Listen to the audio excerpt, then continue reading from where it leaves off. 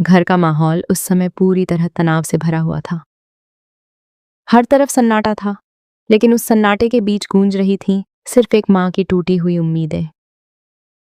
उसकी आंखों में आंसू थे, लेकिन उन आंसुओं से कहीं ज्यादा दर्द उसकी आवाज में था। वह कांपती हुई आवाज में शालिनी से बोली, अगर तुझे शादी करनी है ना तो कर ले, लेकिन आज के बाद मुझे अपनी माँ मत कहना। मुझे तो ये सोचकर ही घिन आ रही है कि मेरी अपनी बेटी इतना बड़ा फैसला बिना अपने परिवार के बारे में सोचे ले सकती है। शालिनी अपनी माँ के सामने खड़ी थी। उसकी आंखें भी नम थीं, लेकिन इस बार वह पीछे हटने वालों में से नहीं थी। उसने कई बार अपनी माँ का हाथ पकड़ने की कोशिश की, लेकिन हर बार उसकी माँ ने अपना हाथ झटक दिया। शालिनी की आवाज भर्रा गई।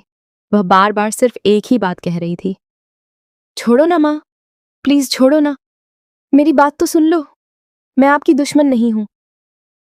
लेकिन उसकी माँ के कानों तक अब कोई सफाई नहीं पहुंच रही थी। उनके लिए सिर्फ इतना सच था कि उनकी बेटी उस लड़के के लिए पूरे परिवार के खिलाफ खड़ी हो गई थी, जिस पर उन्हें कभी भरोसा ही नहीं था। घर के बाकी सदस्य भी इस बहस को चुपचाप देख रहे थे। किसी की हिम्मत नहीं हो रही थी कि बीच में आकर कुछ बोले। तभी कमरे में मौजूद नंदिनी दीक्षित ने गहरी सांस ली। अब तक वह सिर्फ सब कुछ देख रही थी। एक वकील होने के नाते उन्होंने हमेशा भावनाओं से ज्यादा सच का साथ दिया था। उन्होंने शालिनी की तरफ देखा और बेहद शांत लेकिन सख्त आवाज में कहा, शालिनी, मैं आखिरी बार तुझे समझा रही हूं, अभी भी वक्त है, अपने फैसले पर दोबारा सोच ले। शालिनी ने बिना झिझक जवाब दिया, मैं अपना फैसला बदलने वाली नहीं हूं। नंदिनी ने उसकी आंखों में देखा। उन्हें समझ आ गया कि शालिनी अब किसी की बात सुनने के लिए तैयार नहीं है। तभी उन्होंने एक ऐसा फैसला सुनाया, तैयार, जिसने पूरे कमरे को हिला दिया। उन्होंने कहा, ठीक है, अगर तेरी यही जिद है तो मेरी भी एक बात सुन ले। तेरी मेहंदी होगी, पूरे रीति रिवाज से होगी, लेकिन जिस पल तू अपने हाथों में विक्की के नाम की मेहंदी लगाएगी, उसी पल से एडवोकेट नंदिनी दीक्षित तेरा केस छोड़ देगी।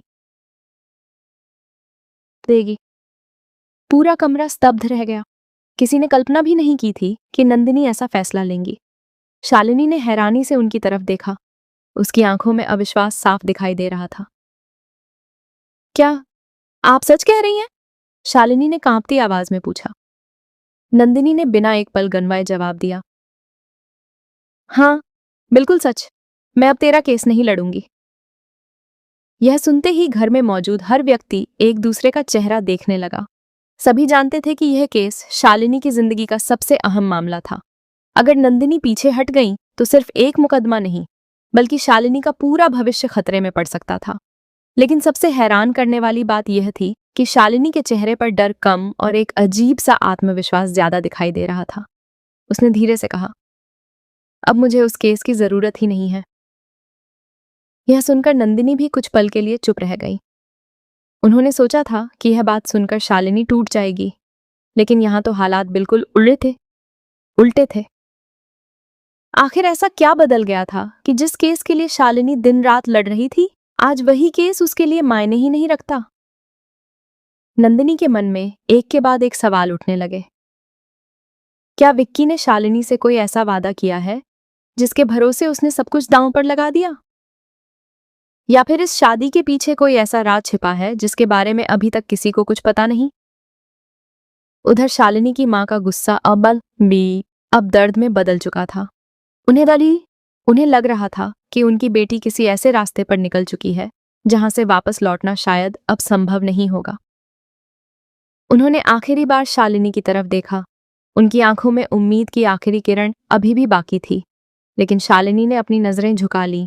उसी समय बाहर से ढोल की हल्की हल्की आवाज असब सुनाई देने लगी।